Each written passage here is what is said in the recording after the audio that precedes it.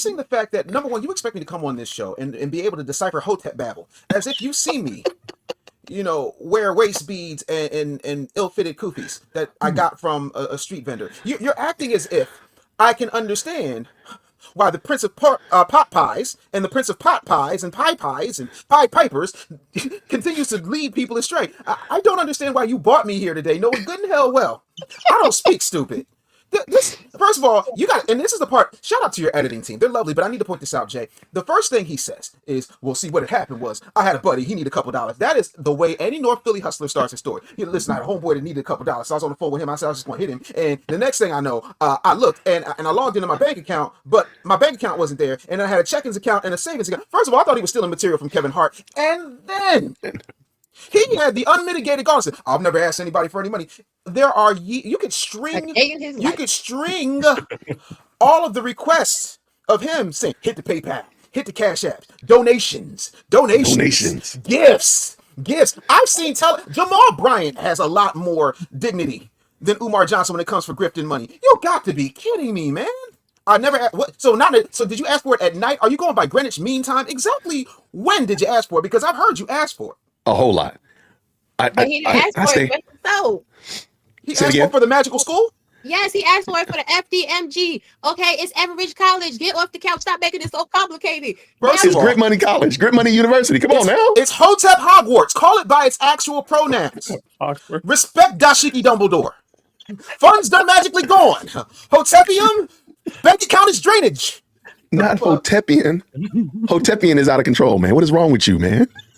I'm tired of grifters playing in my face and people lying and platforming scammers. That's what's wrong with me right now. I agree with you 100%. What you about to say, Basic Black? On the interesting note, I reached out. You know me, I love to ask questions and send emails. So I reached out to a friend of mine who deals with finance crime, and he's familiar with the situation as well. And he was like, if there was for an account to be frozen, a couple things has to happen. Number one, it just automatically doesn't just shut. What ends up happening is they stop the account from reaching like let's say Umar, they stop him from being able to access the account. That's the first level. Then they get if there has been like a government writ or lien placed against you, then they have to file that. And even if it's the IRS, they have to still file that with the bank for immediate closure. It doesn't mean that the account's totally closed out, but it's closed out to him. But I don't believe any of that's happened because he could have easily had proof saying it is clear, because they would have to give him all the documentation on either one, unfreezing the accounts, or two, clearing the accounts to where they can be reopened as new accounts. And he did neither of the two things. So we know that to be a lie. Wow. So let me ask you a question. Do you think the money was actually frozen ever? No. Okay. Because I don't think it was either. I'm starting to believe that it was never actually frozen. It was always just a money grab. And we'll look at it something. But go ahead. What were you about to say? I think Umar started to get situationally poorer than he was expecting. Tell me about that. What do you mean? But, okay, like I have a friend, and this dude received a large sum of money, and it went bye quickly. And then all of a sudden, it's like, hey, can somebody do me a favor here and do this, that, and another? Not do me a favor. When he still had money, but he didn't have enough money, so he had to get the grifting dollars back up. So I no longer want to waste any more of my money. I want to grift some more money. And so it seems like like I said, a HOTEP GoFundMe, and that's what it is. So no, it can't be a GoFundMe because they stopped his account. Yeah, they that's right. He can't do anything anywhere because here's the thing: after all of these years, right? We're literally talking about 15 years of crowdfunding. Why don't you have a business bank account? Yeah. Why don't you have business Shots credit? fired. So if you are actually going to open a school, if you have actually been building a business, you would have a DNB score, you would have your credit up, you would be taking the donations and the gifts, you would be filing them away, filing taxes on it. Donations. Donations. Yes. 501c3.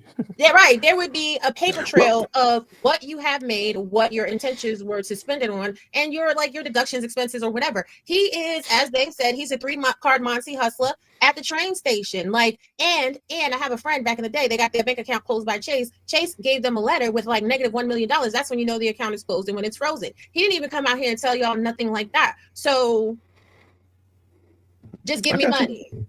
You know what? And let me interrupt for a quick second. I just thought about this when I said 501c3. If we remember the documentation that the city of Wilmington sent out in the email, they said he presented a 501c3, but it wasn't right. It was incomplete, right? It was incomplete, and he never attempted to resubmit another one.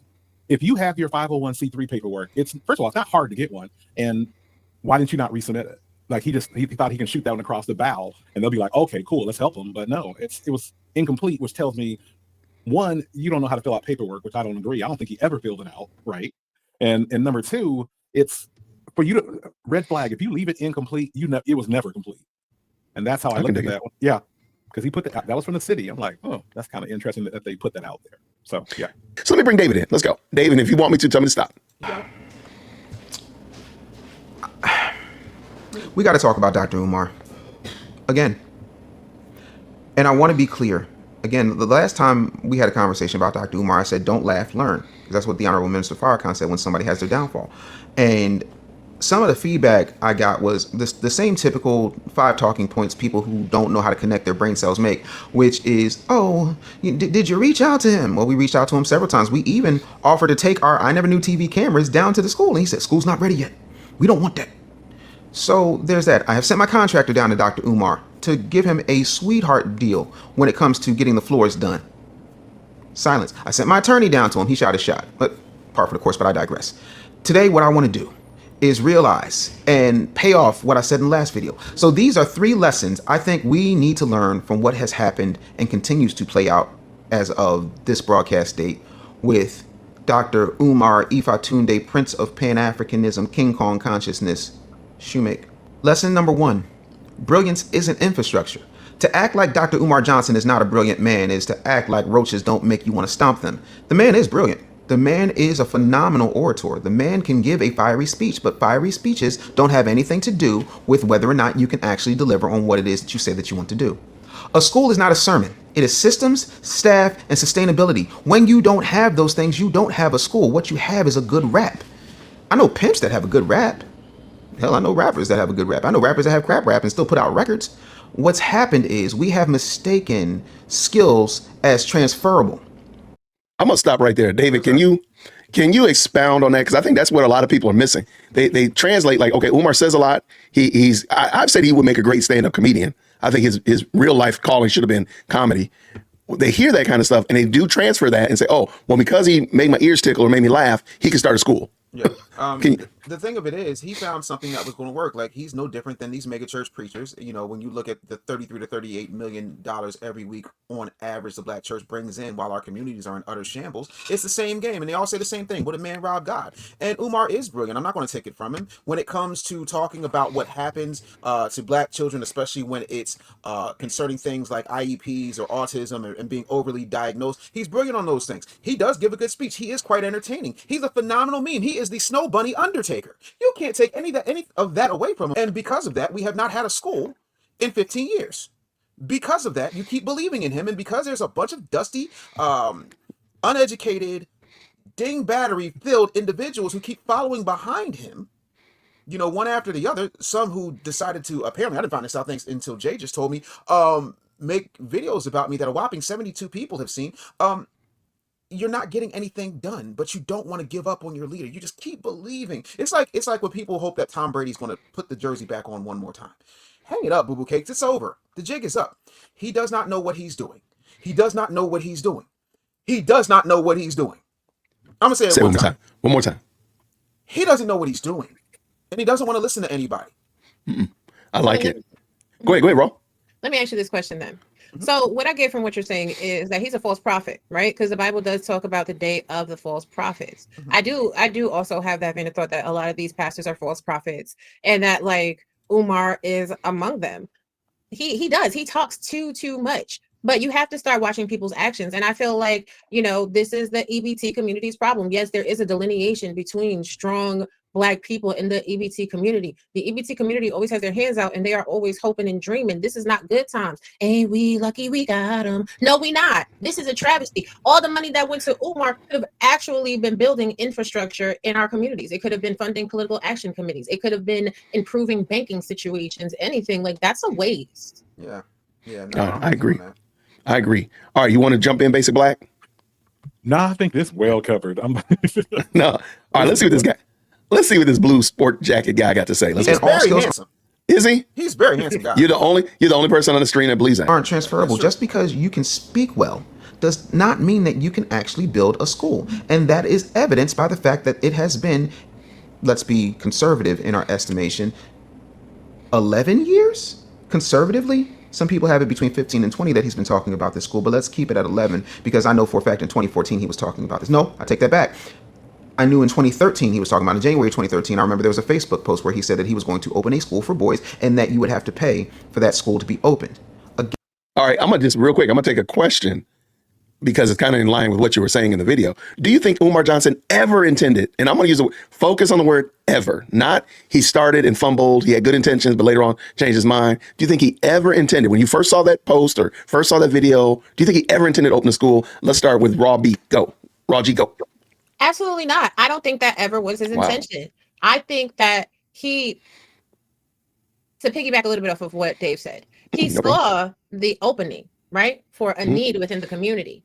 And he used that to fat in his pockets. But he didn't do any of the work to come up with a schema for this school. He didn't really do any research into what it takes to open the school. And I think once he started to get money and he was like, oh, shoot, I got the juice now. I got everybody sending me this money. They're really believing it. And then he had to start putting some legwork in, and he saw how hard it was. And he's clearly lazy because, like Basic Black said, you had the opportunity to fill out a piece of paper and not have to pay taxes. Heck, you have spiritual wives. One of your spiritual wives couldn't have filled out the paper, so you didn't have to pay no taxes.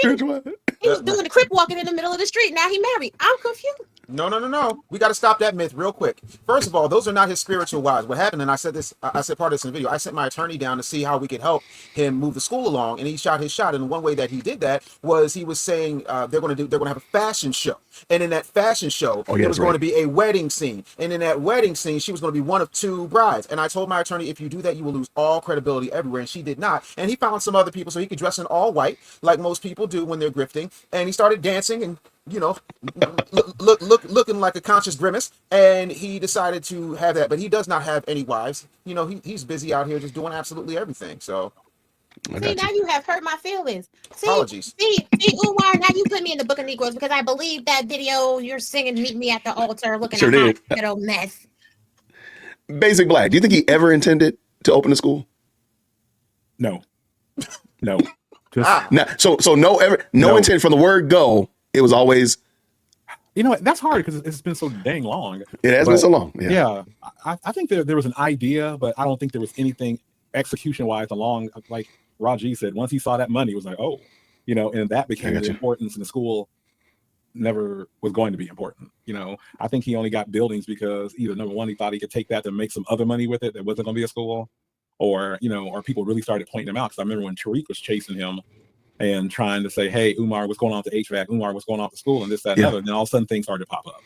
But in reverse, same thing happened to Tariq when everybody else started screaming about, where's your museum? You've been talking about this museum forever. And then all of a sudden the 2,400 square foot bodega pops up. So, and that's his museum, so you didn't know. But so it's, I think there was an idea of it, like, this sounds good, but there's no execution behind it. I want the windfall of the action, but I don't want to do any work. I'm with you. Dave, I got this bad feeling.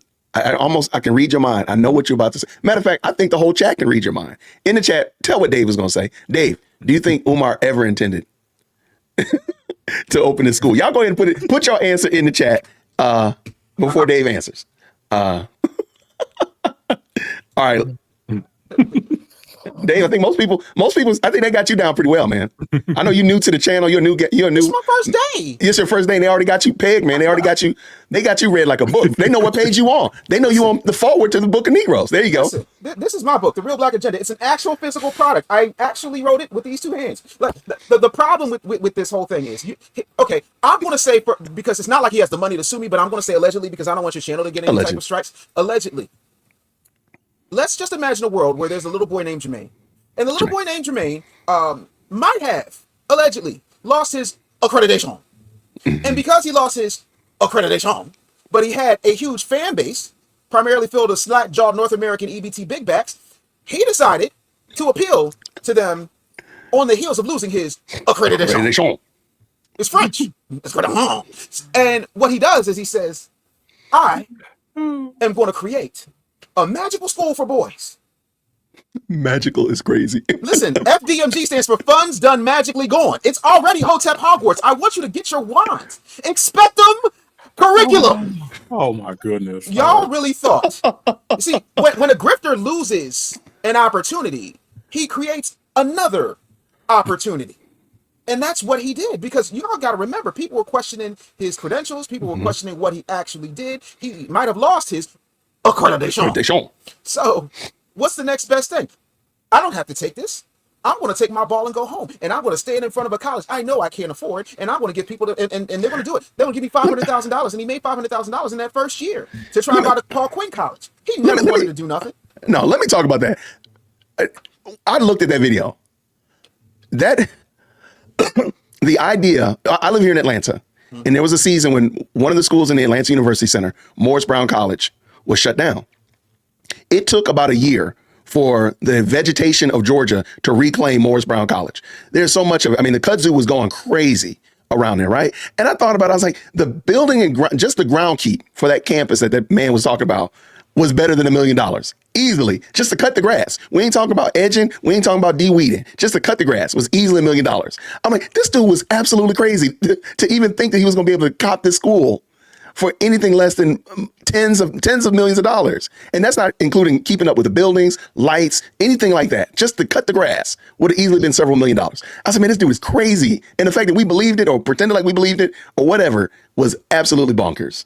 And So you stop it right now, because you know the community was gonna come out there. Okay, they was gonna say, "Oh Lordy, pick a bale of cotton. Oh Lordy, pick a bale of hay," and they was gonna cut that grass down to that school. But you know what I noticed that you do, Jason, and I ain't gonna let you off the hot seat of it for this one.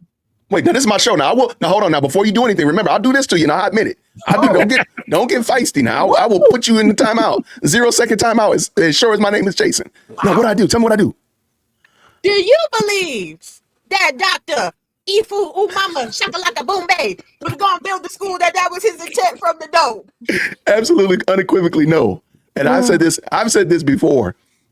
I believe Umar Johnson has adult onset ADHD, and he just be glitching out. He just be coming up with ideas, and I do it too. I know what it's like, so I'm empathetic to coming up with ideas, and you have no idea how to execute them. You just got a good idea. Like, this is a great idea.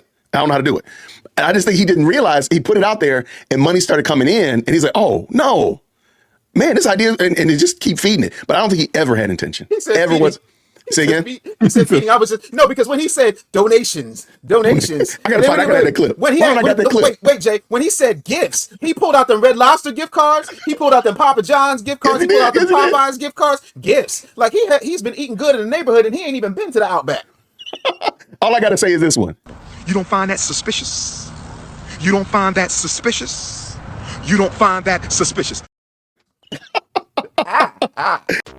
Thank you so much for tuning in to another episode of the J-Whip Podcast. If you enjoyed today's show, please do me a favor and hit me up with that 3-piece special. Like the video, subscribe, and of course, share it with somebody who would also enjoy this type of content.